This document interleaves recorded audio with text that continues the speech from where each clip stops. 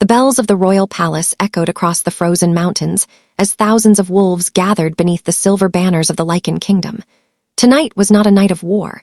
It was not a night of mourning. It was a celebration. Inside the grand throne hall, nobles filled the marble balconies while servants rushed between endless rows of candlelight and gold. The air carried the scent of roses, ancient wine, and burning cedarwood as the kingdom prepared to witness the most important royal ceremony in years. Their king was getting married again.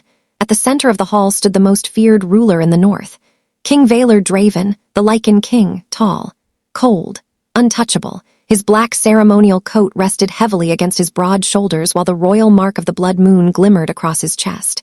Every warrior lowered their heads when he passed. Every noble watched him carefully, searching for even the smallest shift in his expression. But Valor showed nothing, not when the royal priest began reading the vows. Not when the musicians filled the hall with soft violin melodies, and not even when the future queen slowly walked toward him beneath a crown of silver diamonds. The kingdom believed this wedding marked a new beginning.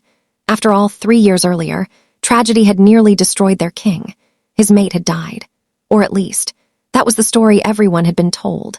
The official records claimed Lady Lyara Veilcrest disappeared during the fire that consumed the eastern fortress near the Blackwater Cliffs. No body was recovered after the flames finally died, but the kingdom accepted her death quickly. The council declared it fate. The royal elders ordered mourning rites, and before long, her name slowly vanished from palace conversations like someone the kingdom was trying to forget. No portraits remained inside the throne hall. No servants dared mention her aloud. Even the younger wolves who entered the palace afterward barely knew she had ever existed.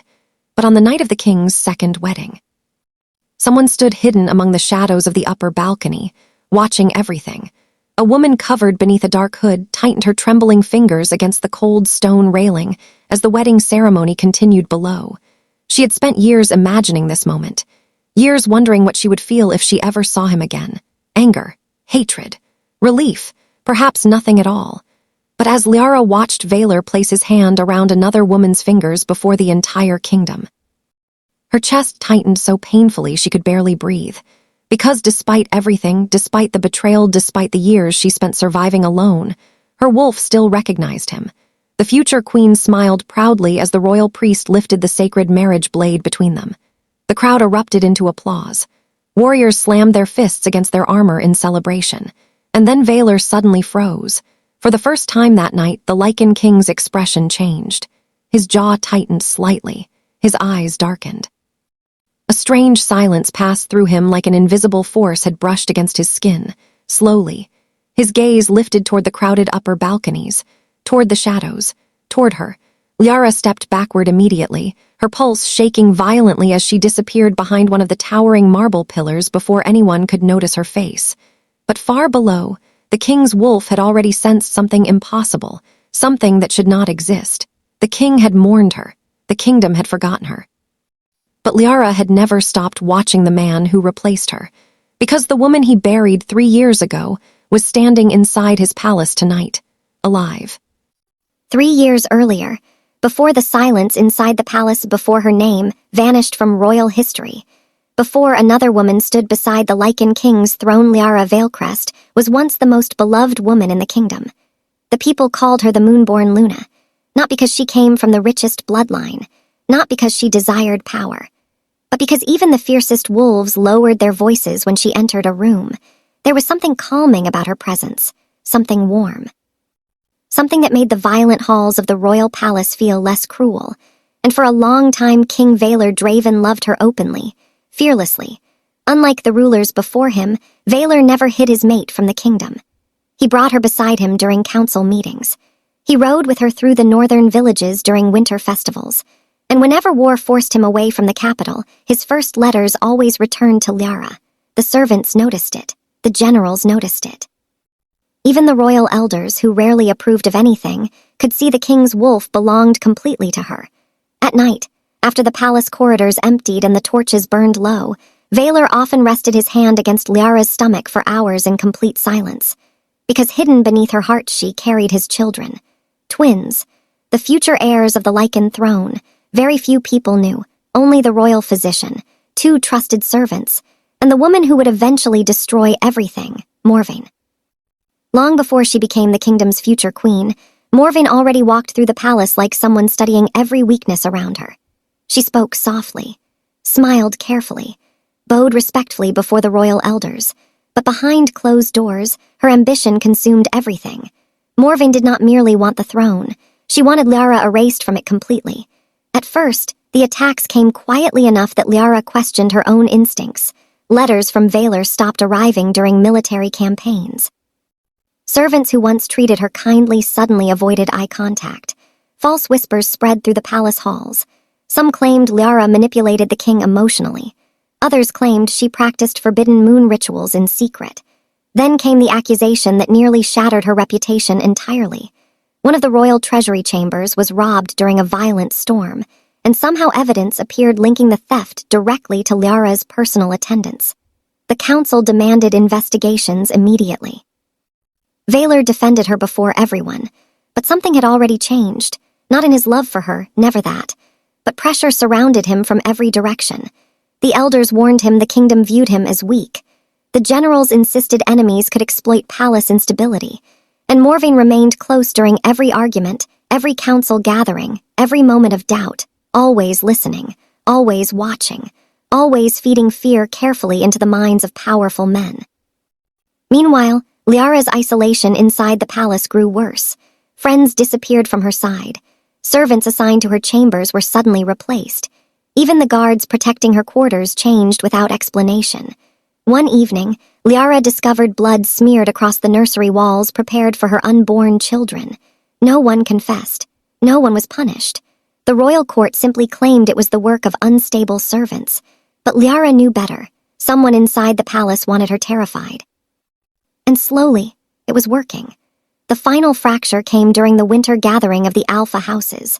More than 50 leaders from neighboring territories arrived at the palace for peace negotiations, forcing Valar into endless political meetings that lasted deep into the night. During the third evening of the gathering, Morvain approached the council with tears in her eyes and a trembling voice. She claimed Liara planned to poison the visiting Alphas to force Valar into absolute control over the territories. The accusations spread through the palace like wildfire. Liara was dragged before the royal council before sunrise, pregnant, exhausted, humiliated, and standing completely alone. The evidence presented against her seemed impossible to deny. A poison vial had been discovered hidden inside her chambers. Forged letters carried her royal seal. Witnesses claimed they saw suspicious movements near the guest wing.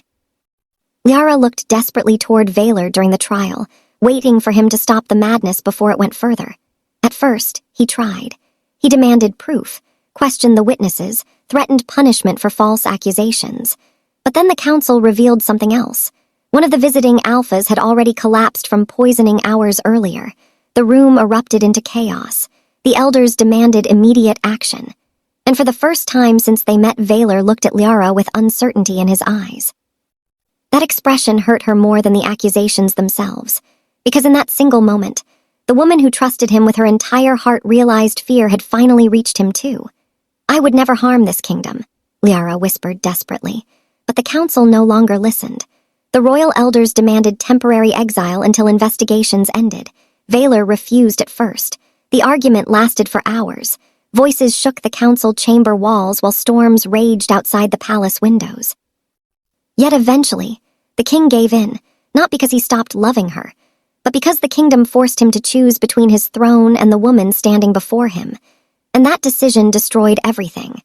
Liara was secretly transported to Blackwater Fortress under heavy guard, while the palace announced she would remain there until her innocence could be proven. But the truth was far worse. Morvain had no intention of allowing Liara to survive long enough to clear her name. Days later, Valar received urgent reports claiming enemy forces had begun moving near the southern borders. The council pressured him into immediate departure, insisting the kingdom could not risk weakness during political unrest. Before leaving for war, Valar visited Blackwater Fortress one final time. That night remained burned into Liara's memory forever. Rain crashed violently against the fortress windows, while distant thunder rolled across the cliffs outside. Valar pulled her into his arms the moment they were alone.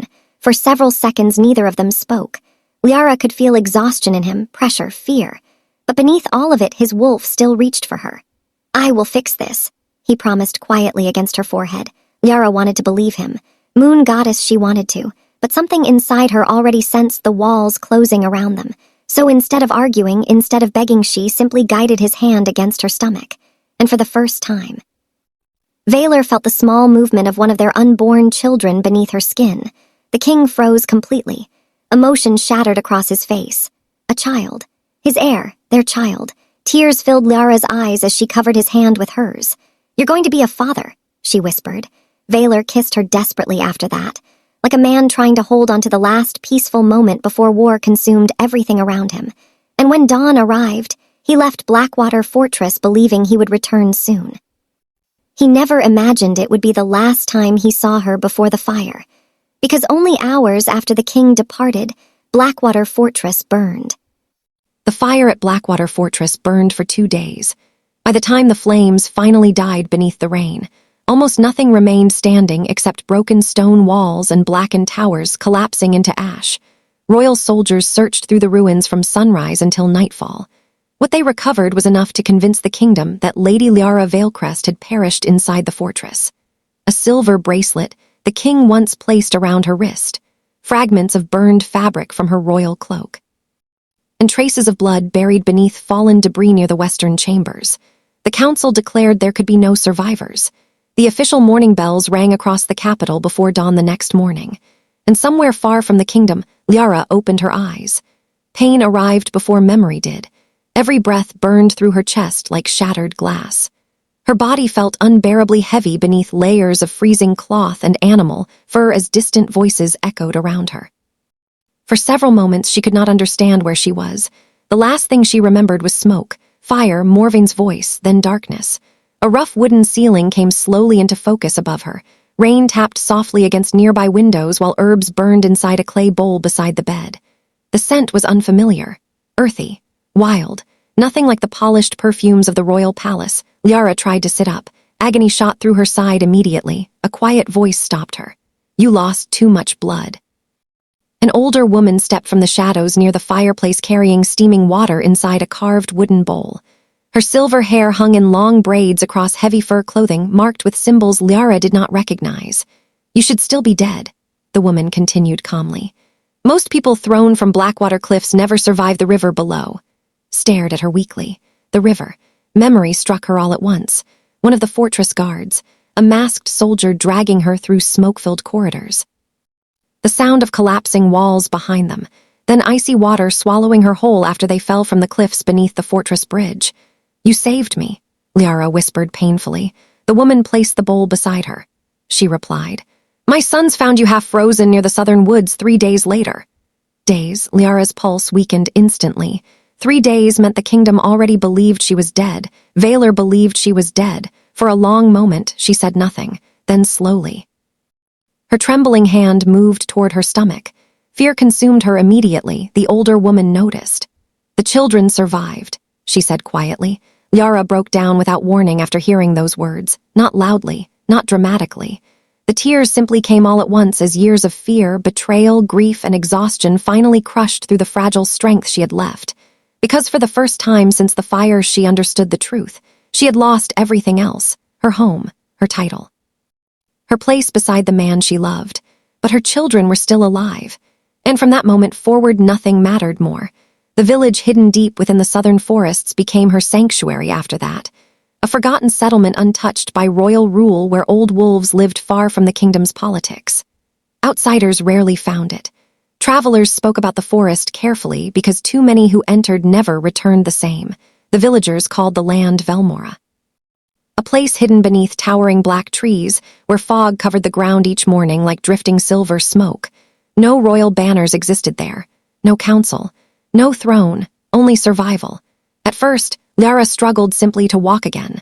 The fall from the cliffs left scars across her back and ribs severe enough that even breathing became painful during cold nights. Some wounds healed slowly. Others never fully disappeared, but the deepest damage remained hidden beneath her skin. At night, she woke from dreams of burning corridors and collapsing walls. Sometimes she still heard Morvain's voice inside the darkness. Sometimes she still imagined Valor choosing the kingdom over her, and every time those memories returned she reminded herself of the truth growing inside her womb. Her children needed her alive. Months passed. Winter faded. Then one storm-filled night beneath a blood moon, Liara gave birth to twin boys inside the forest village while thunder shook the mountains beyond the trees. The labor nearly killed her. Hours of pain stretched endlessly while healers fought desperately to save both mother and children before sunrise. Then finally, the cries of two newborn heirs echoed through the cabin walls. The first child carried Liara's silver eyes.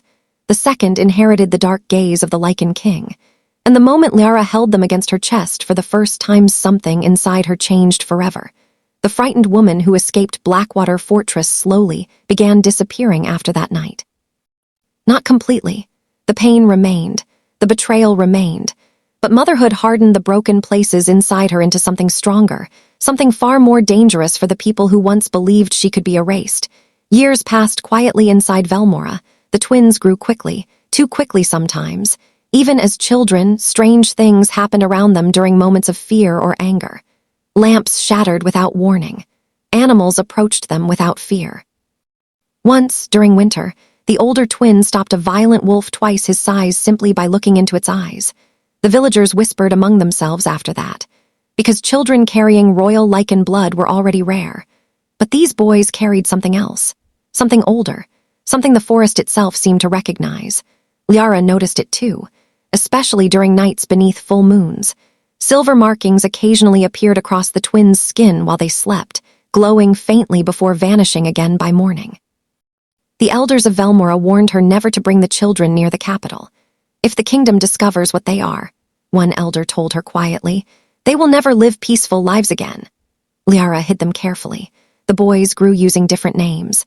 No one outside the village knew their true bloodline, and Liara herself stopped using the name Veilcrest long ago. To the villagers, she became simply the Silver Widow, a quiet woman from nowhere raising two children alone beneath the forest shadows. But even hidden far from the kingdom, danger still searched for her.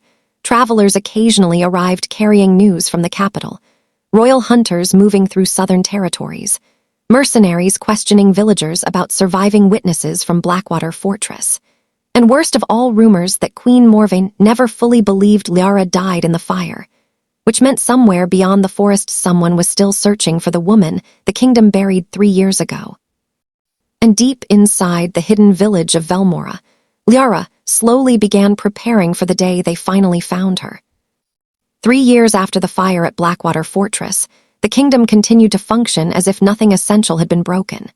But inside the royal palace, something about King Valor Dravennor no longer matched the world around him. He still appeared in council chambers each morning, still signed treaties, still gave orders that shaped the northern territories. But there was a noticeable distance in the way he moved through the palace, as though part of him was never fully present anymore. The throne room, once filled with structured command and sharp certainty, had become quieter in ways people could not easily explain. Even when discussions were loud, Valor often sat back without interruption, watching more than participating, as though weighing thoughts that no one else could hear. Servants noticed small changes first. The king no longer lingered during evening feasts. He stopped attending most celebrations unless absolutely required. And when he did appear, he left early without explanation. Some nights, palace guards would find him alone in the upper corridors long after midnight, standing near windows that faced the northern mountains. No torch beside him, no escort, only silence and cold air drifting through stone halls. When approached, he would simply wave them away without turning fully. No one insisted further, because the king's silence carried a weight that discouraged questions. One of the most unchanged places inside the palace was the western wing. Specifically, a locked nursery that had not been opened in years. No official reason was given for its closure. It simply remained sealed after Blackwater Fortress fell. Inside that room, time seemed to have stopped. A carved cradle still sat near the window, soft fabric still folded neatly on shelves, and faint dust covered everything like something waiting for a return that would never come. Valor never entered it with anyone present. But there were nights when palace staff quietly noticed him standing outside that door, not opening it, not speaking, just remaining there for long periods, as though trying to recall something just beyond reach. Then he would leave before anyone could approach. The court attributed his behavior to grief that had never properly settled. War had always taken much from kings before him, and they assumed this was no different. But there were details that did not fit neatly into that explanation. It began with small moments that did not repeat in any clear pattern. During one council meeting, Valor suddenly paused while listening to a report about border disputes. His gaze shifted slightly toward the open balcony doors. The room followed his attention, expecting a messenger or disturbance. But there was nothing there, only wind moving through the palace banners, yet Valor did not resume speaking immediately. He stayed still for several seconds longer than necessary, as though listening to something no one else could hear. Then he continued the meeting as if nothing had happened. No one questioned it, but similar moments returned over time. Not identical, not predictable, just brief interruptions that left the impression of something familiar brushing against the edge of awareness and disappearing before it could be understood. At night, sleep became inconsistent in a different way than exhaustion alone could explain. Valor did not always wake in panic or distress. Sometimes he simply woke with a sense that someone had called his name from somewhere far away. Other times, he would find himself already awake, standing near the door of his chambers without remembering when he had gotten there. He never discussed these incidents with anyone, not even Morvain. Morvain had become a steady presence inside the palace over the years. She attended council meetings without being summoned. She offered advice during political disputes. She stood beside the king when negotiations grew tense. Her presence was consistent enough that the court slowly began treating her as the natural future queen. Valor did not confirm it, but he also did not reject it anymore. It was not acceptance born from affection. It was something closer to endurance, a ruler continuing forward because stopping was no longer an option. Still, there were moments when even his discipline failed to hold everything in place. One winter evening, during preparations for a royal gathering, musicians were testing instruments in the grand hall below the throne room. A melody drifted upward through the palace corridors without intention, soft, unremarkable at first. But Valor stopped walking mid-step when he heard it. The sound itself did not carry anything obvious, yet his hand tightened briefly against the stone railing beside him. The reaction came before thought, a subtle instinctive response that even he could not explain. The music stopped almost immediately after a servant noticed the king's presence nearby. Apologies were given, orders were corrected, but Valor did not respond. He remained where he was for several seconds longer than necessary, staring into the empty hall below.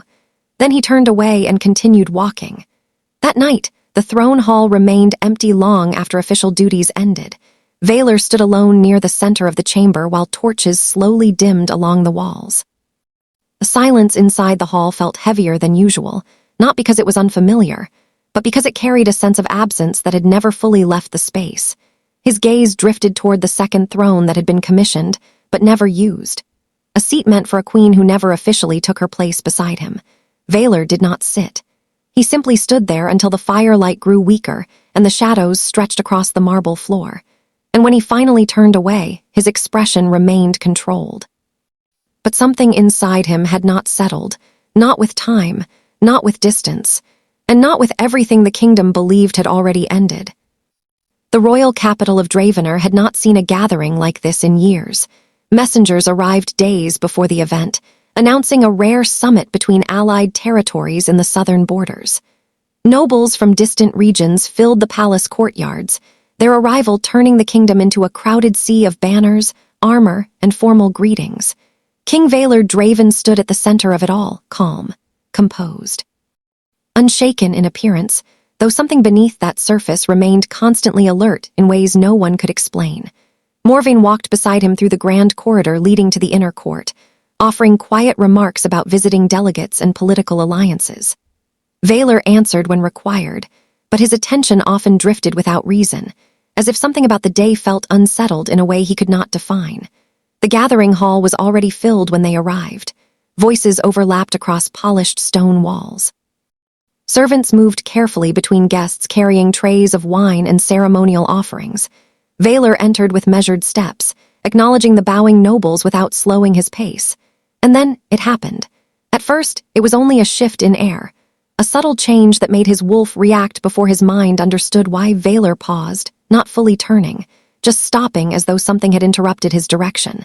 The scent reached him next, faint, almost lost beneath the mixture of people and perfume. But unmistakable in a way his body reacted to before thought could form.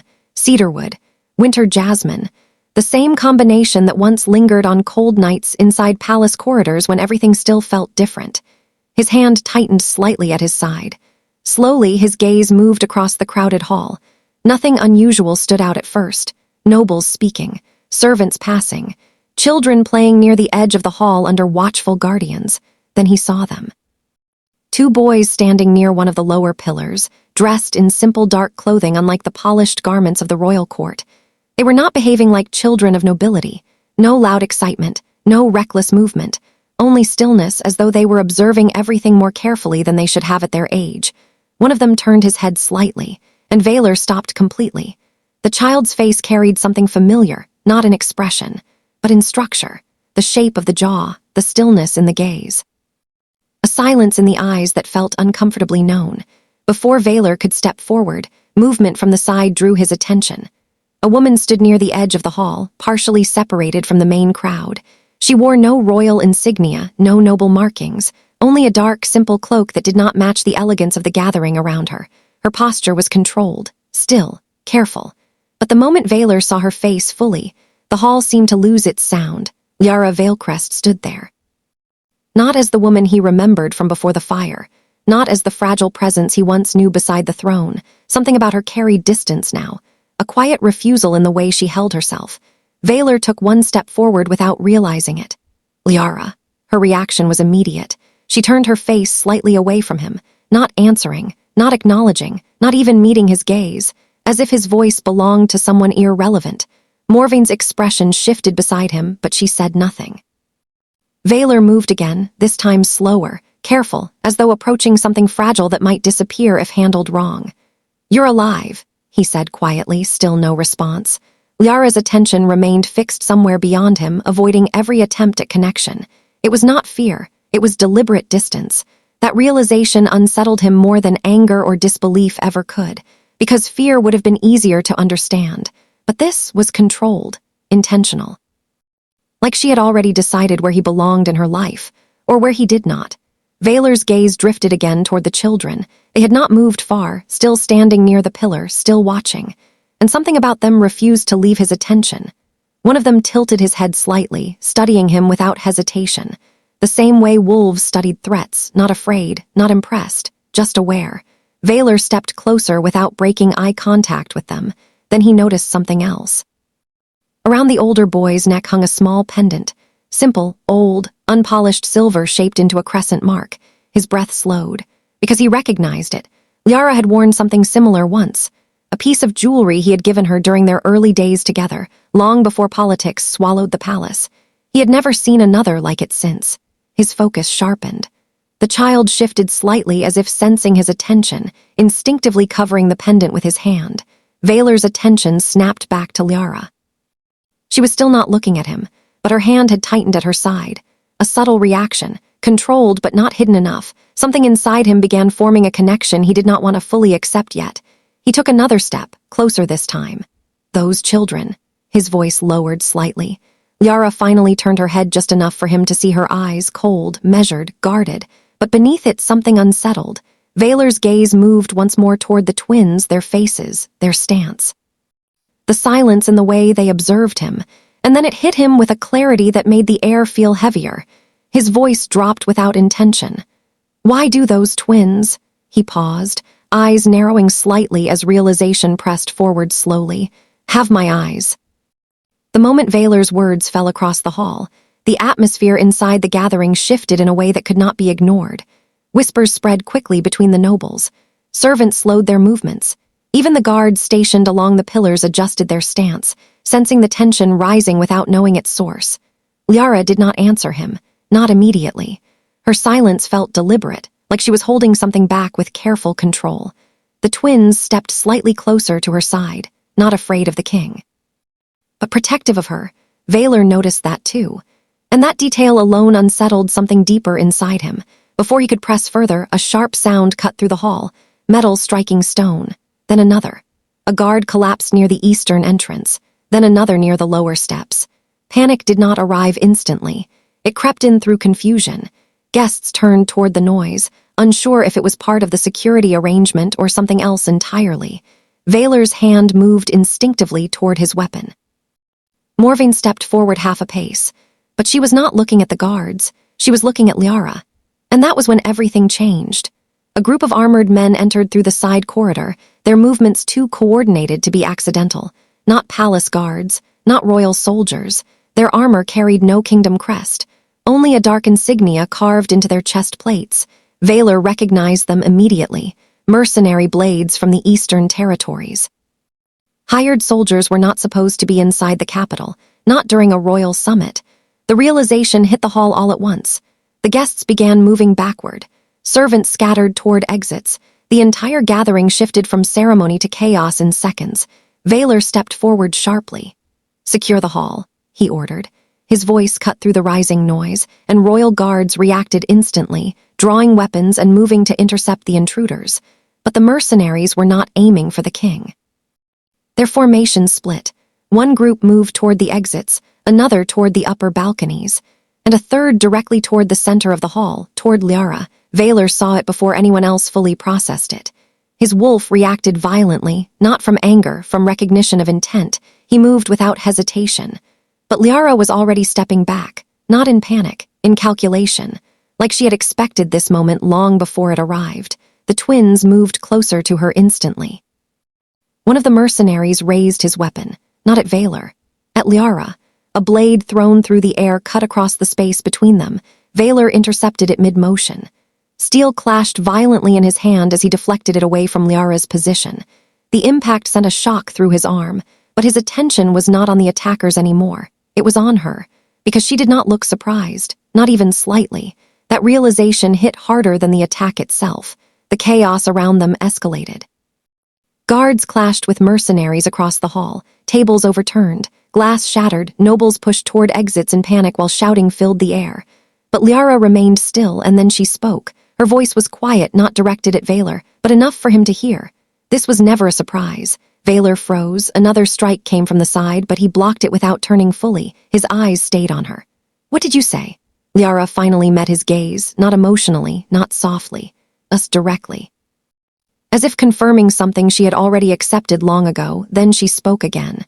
The attempt at Blackwater Fortress, the trial, the accusation, none of it happened without guidance.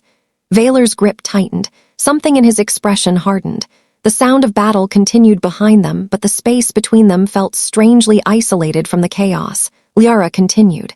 "The poison in the visiting Alpha's chamber wasn't mine." A pause. "The letters used my seal were copied by someone who had access long before I was ever taken to trial." Vaylor's jaw tightened. "Who?" Before she could answer, a voice cut through from the upper steps of the hall, slow, controlled, familiar. "I wondered how long it would take you to remember me." Morvain stepped forward from the shadows of the elevated walkway, no longer positioned beside the throne, no longer behind Vaylor, now visible to everyone inside the hall. Her expression remained calm, but something about it no longer matched the role she had played for years. Vaylor turned slowly, not fully believing what he was seeing. Morvain descended a few steps. The mercenaries immediately adjusted their movement around her without hesitation. That alone confirmed everything before she even spoke again.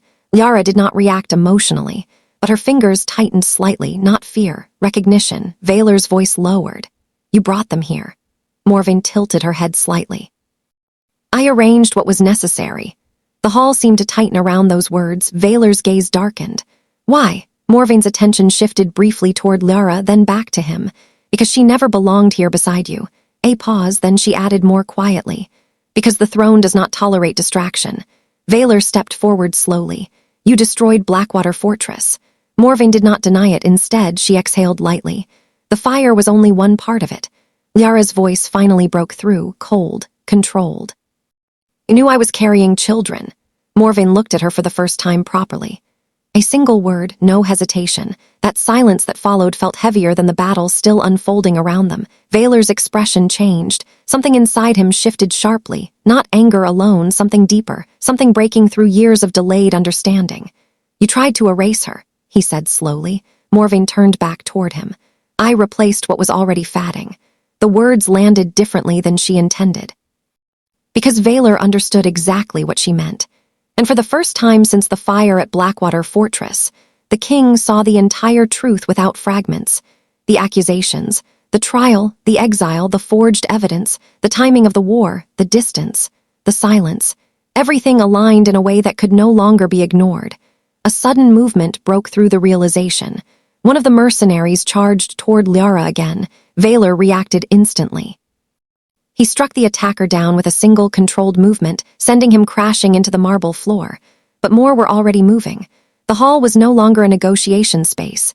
It was a battlefield. Morvain stepped back slightly, watching everything unfold without panic, then she spoke again. This ends the way it was meant to. Her gaze moved toward Liara. And the children will not leave this hall. That statement changed the air completely. Valor's wolf surged forward inside him, not controlled anymore. Not restrained by politics or memory, Liara pulled the twins behind her instinctively. But she did not retreat further. Instead, she finally looked directly at Valor again. And this time there was no hesitation in her voice. "If you want answers," she said quietly, "you will have to survive this first." Outside the hall, more footsteps approached. The palace was no longer secure, and inside the chaos, betrayal had already fully revealed its shape.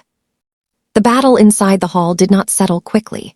Even after Morvain's declaration, even after the first wave of mercenaries began falling under royal blades, the air remained unstable, like the entire palace had split into two realities fighting to exist at once.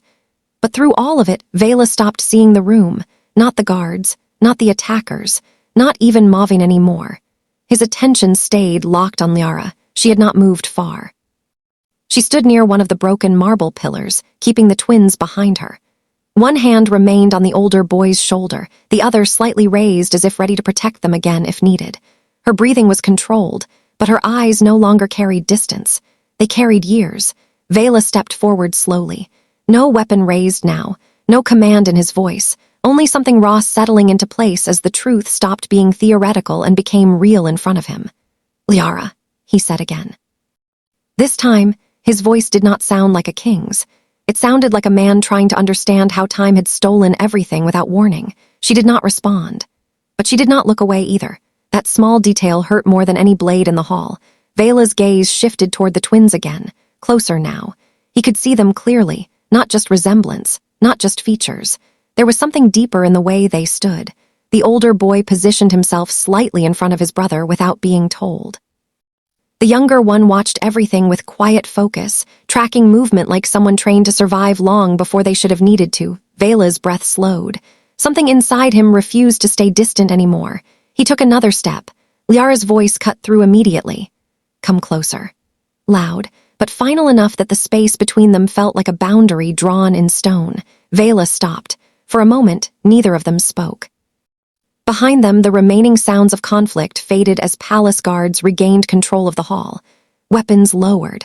Mercenaries were restrained.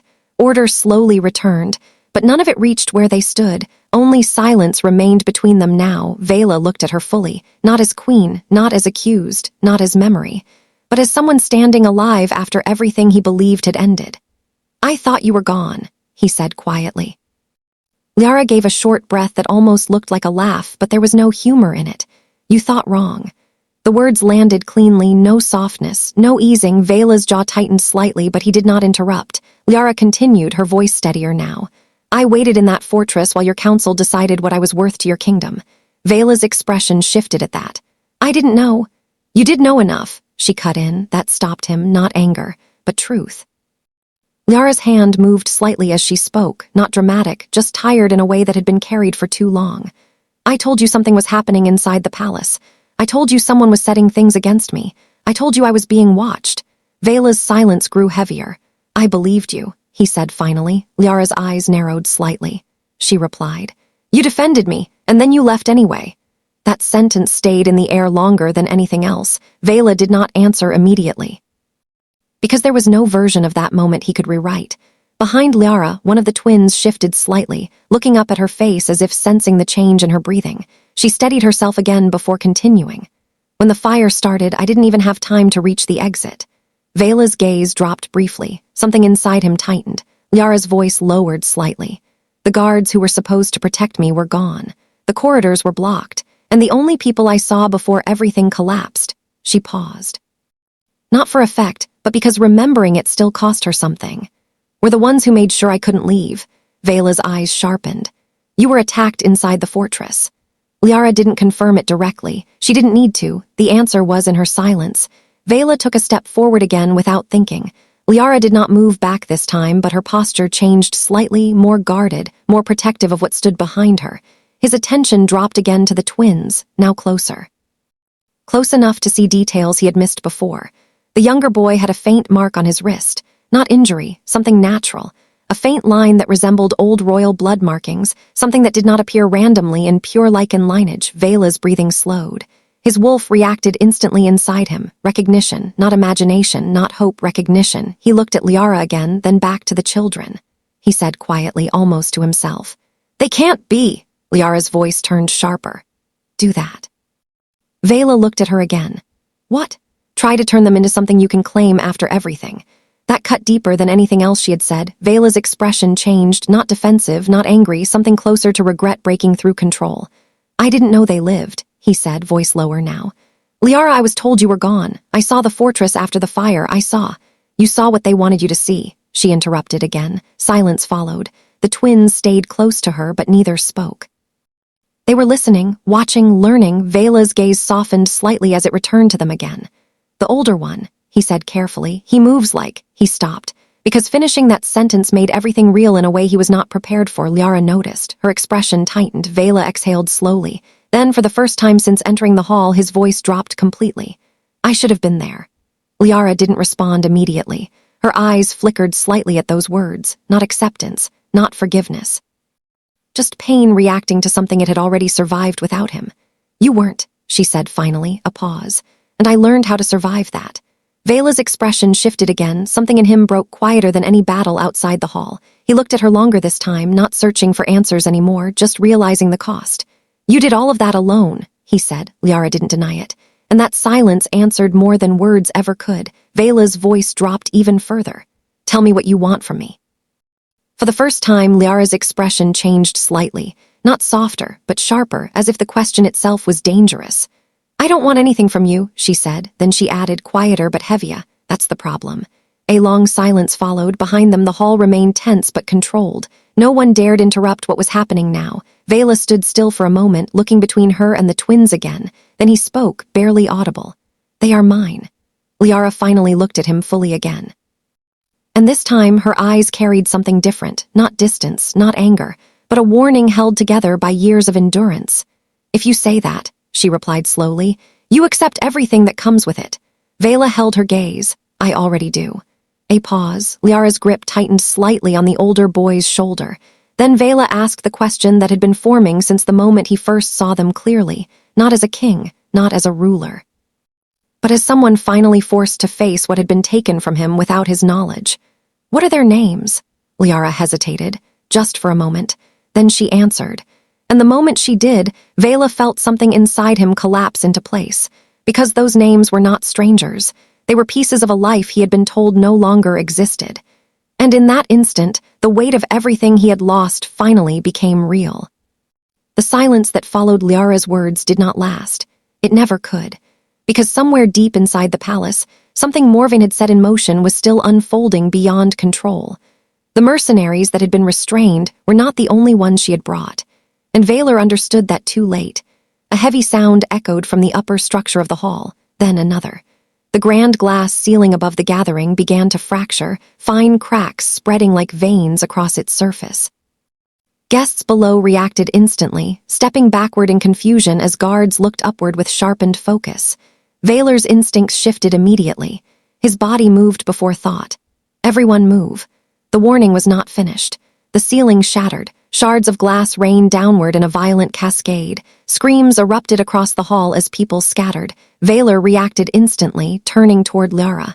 But she was already moving, not away from danger, toward the twins. A figure dropped through the broken ceiling in the center of the hall. Not a mercenary this time, something else. Heavier armor, different stance. A trained assassin, positioned for one target. Liara, Vela saw the direction instantly. His wolf surged forward inside him. He crossed the distance in a blur, intercepting the attacker mid-motion. The impact sent both of them sliding across the marble floor. Steel clashed violently. The hall became chaos again, but Valor didn't look away from the assassin. Not even for a second, because behind him, Liara had been forced backward with the twins, and another figure had broken through the lower side of the hall, not aiming at her directly at first. A second strike force. Morvain had planned the pattern carefully, one to keep him occupied, one to reach the children. Valor realized it instantly.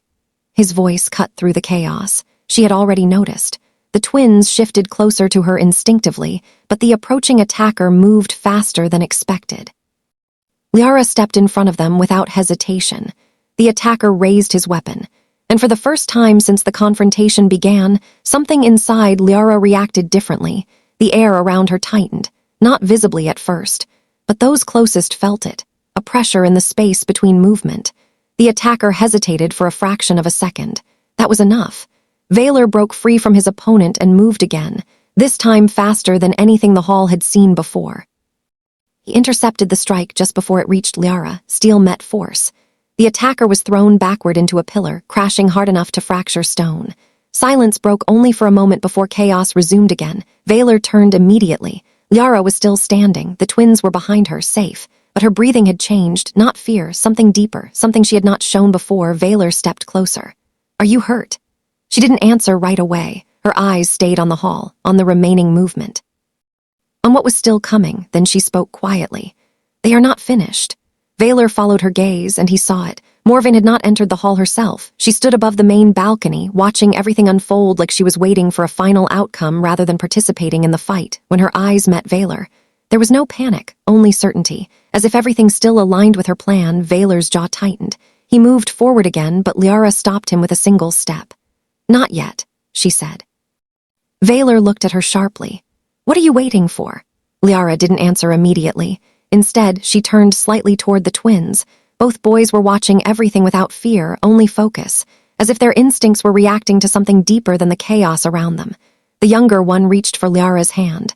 The moment their fingers touched, the air changed. Not explosion, not visible force, but something subtle shifted through the hall, a pulse of energy that made nearby glass tremble faintly.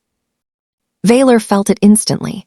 His wolf reacted sharply. Recognition again, not fear, recognition. He looked at Liara. Her expression had changed slightly, not surprise, but restraint, as if she had been holding something back for years and it was now beginning to respond on its own.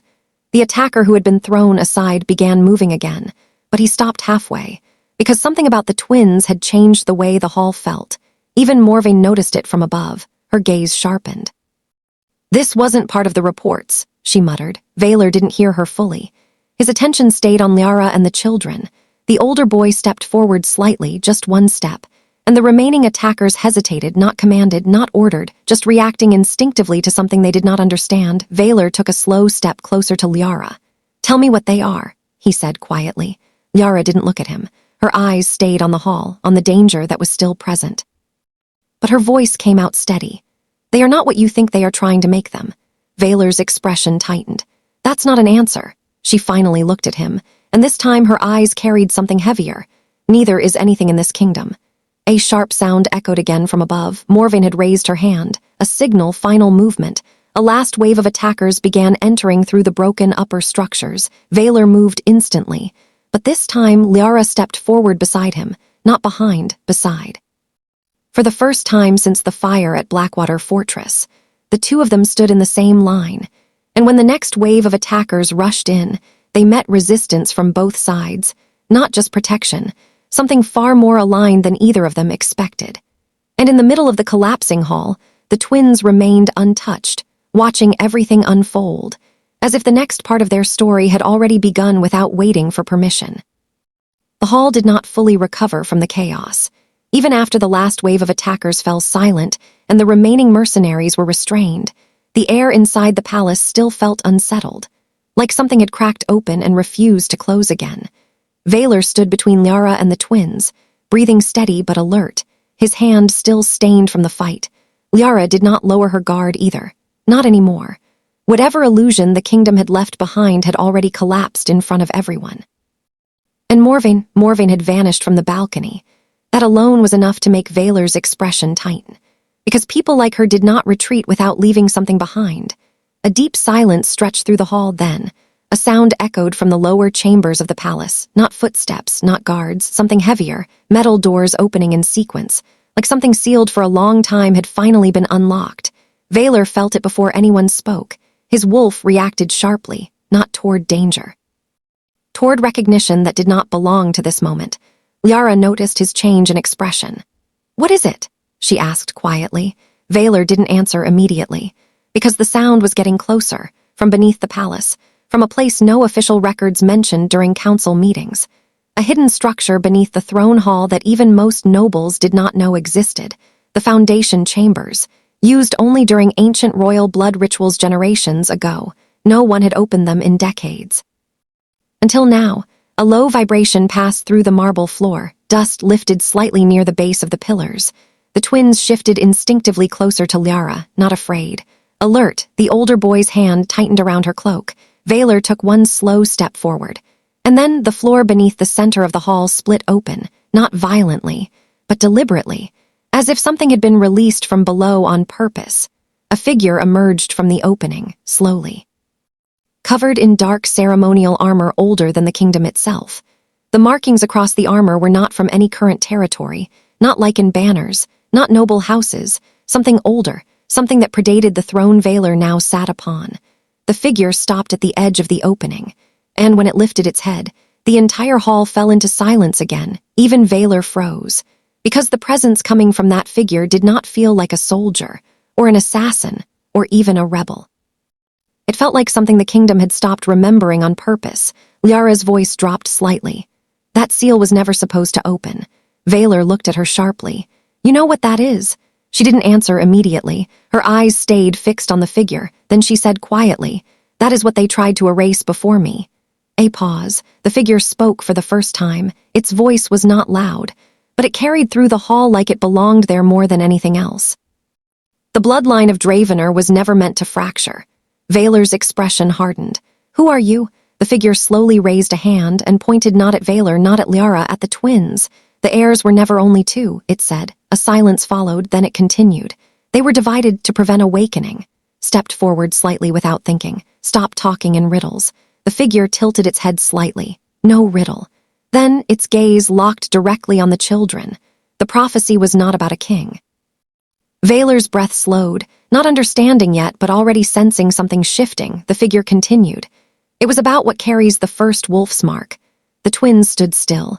The younger one looked up at Liara, the older one did not move at all. The figure spoke again. "And what awakens when the bond is broken and restored?" A faint tremor passed through the hall again, this time stronger. The twins reacted at the same moment, not fear, instinct. Their markings, hidden until now, began to faintly surface beneath their skin, not fully formed, but visible enough to make the entire hall fall completely silent. Vaylor's voice dropped. "What are you saying?" The figure finally stepped fully out of the opening, and the moment it did, a second presence entered the hall from above. A sound of wings cutting through the broken ceiling, something landing heavily near the shattered throne steps. Another arrival, this one familiar to Vaylor, but not seen for years. A second warrior, older, marked by northern war scars, wearing the crest of a forgotten royal guard order thought extinct. His eyes locked on the twins immediately, and his voice broke the silence. The seal broke because the true heirs have finally returned. Vaylor's expression changed sharply. Liara stepped back half a step. The twins did not move. The older warrior continued, voice lower now. And when both heirs stand in the same place, he paused. The first Lycan awakens again. A long silence followed. Then Vaylor finally spoke, barely above a whisper. "The first Lycan is a myth." Figure from below turned slightly toward him. It replied, "It is what your kingdom buried to survive." The hall trembled once more, and somewhere far beyond the palace walls, a distant howl answered back from the northern mountains, as if something had finally heard its name again and was beginning to rise.